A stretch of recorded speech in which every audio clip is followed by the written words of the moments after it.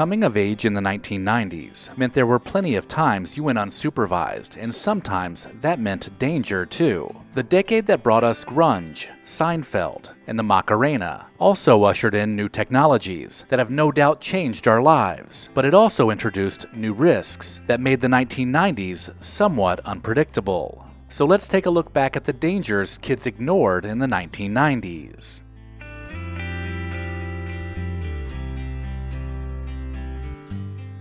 In the 1990s, many kids would still head home after school to an empty house. With no grown-ups around, kids had to make their own decisions, sometimes good and sometimes bad. Oftentimes, bad decisions were just bad habits, like watching too much TV. But occasionally, dumb ideas would spring up, and you would end up with something broken, like a bone, a window, or your ego. Without having helicopter parents around to say, "Don't do that," some kids had to learn lessons the hard way.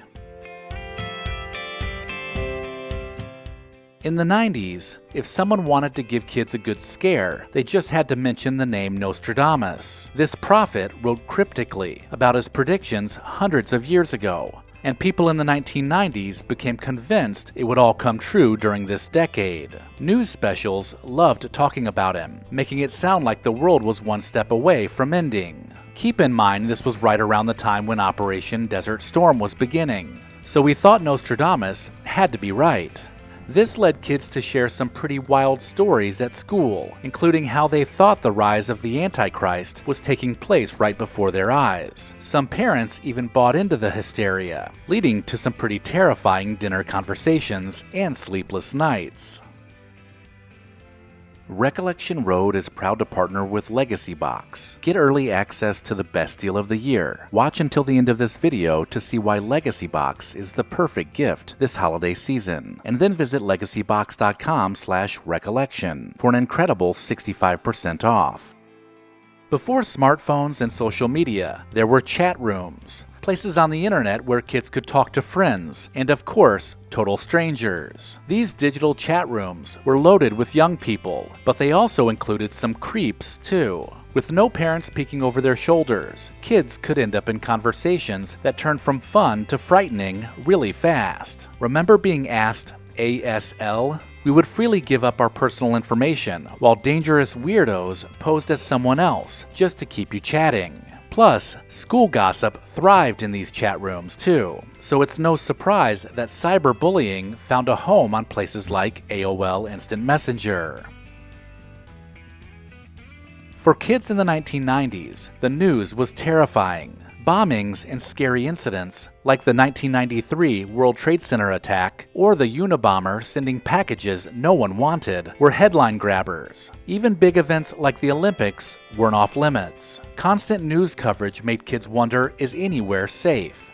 There was Waco, Oklahoma City, TWA Flight 800, and then Columbine in pretty short succession. These devastating news stories added to the narrative that the world was indeed falling apart. When you see a crocodile, you run, you slide, you hit the pump, take a dive. Slip and slides were one of the most exciting backyard toys you could ever receive, especially during the hot summer. The only problem was, it came at the expense of many bruises and twisted ankles. Running and launching yourself down a wet plastic sheet sounded like a blast, and it was, until one of the metal stakes popped up and cut you, or the edge of the driveway came out of nowhere. Kids would challenge each other to go faster or farther, and with parents inside, danger could be hard to avoid. That is, until someone had to run home bleeding, and then the fun was over.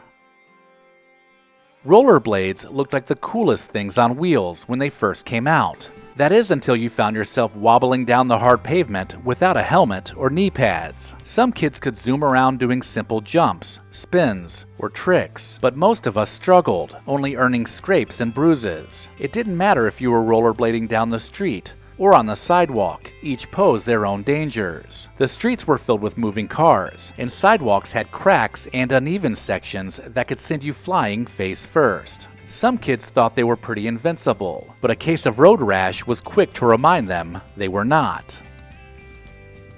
Sneaking out of the house was the ultimate adventure for kids looking to rebel. It started with a quiet Mission Impossible escape out a window or quietly out of a door, and ended with kids realizing they had no idea where they were going or what they'd do. Meeting up with friends was usually the ultimate goal, but the reality was that nothing good happened in the middle of the night, and it was really more about seeing if you could pull it off. Sneaking out was considered a rite of passage for many young people in the 1990s.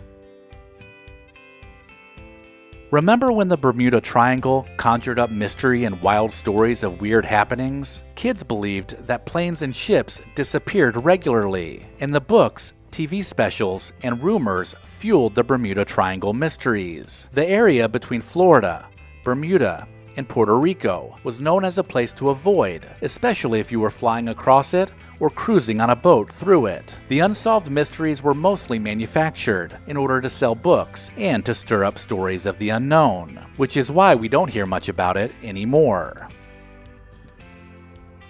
And now the ozone layer. The Environmental Protection Agency formalized a plan today that this country and 23 others agreed to.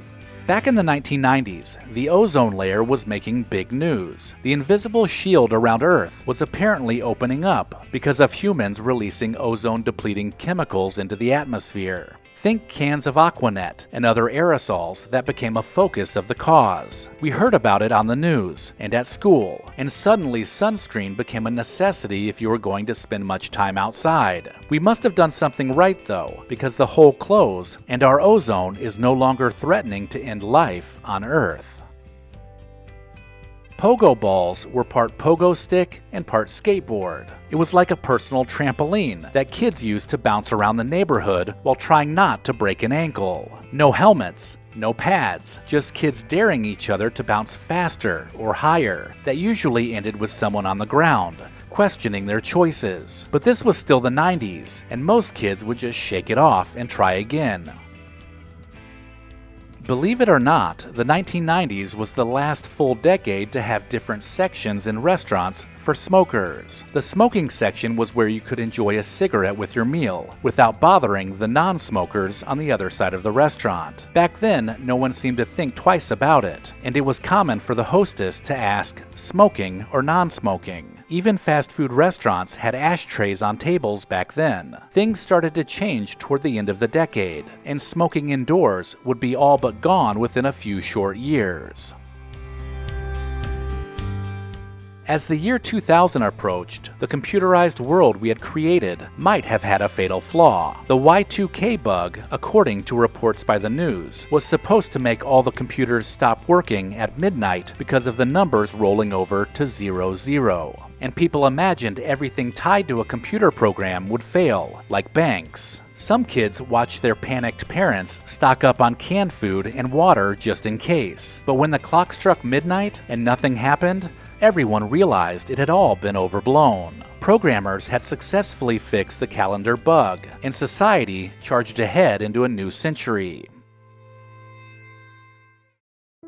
Recollection Road and Legacybox both believe it's important to preserve the past. If you've been looking for that perfect gift, look no further than Legacybox. We all have a box of treasured home movies and photos tucked away somewhere, so why not bring them back to life like I did, using Legacybox? Now we can relive those memories as a family every time we get together. The process is a simple and safe solution for converting your home movies and photos to thumb drive or the cloud. Just send in your Legacybox filled with old VHS and camcorder tapes, film reels, and pictures, and get back digital copies that can be easily enjoyed, shared, and kept organized. It's really that easy. Legacybox is trusted by over 1 million people, and it's all done right here in the USA. Give your loved ones the perfect gift this holiday season. Go to legacybox.com/recollection to get an exclusive 65% off. Take advantage of their best deal of the year and send in your memories when you're ready. Go to legacybox.com/recollection to save 65% while supplies last. Let me know in the comments if I missed anything, and make sure to check the description of this video for links to pick up a t-shirt and sign up for the newsletter.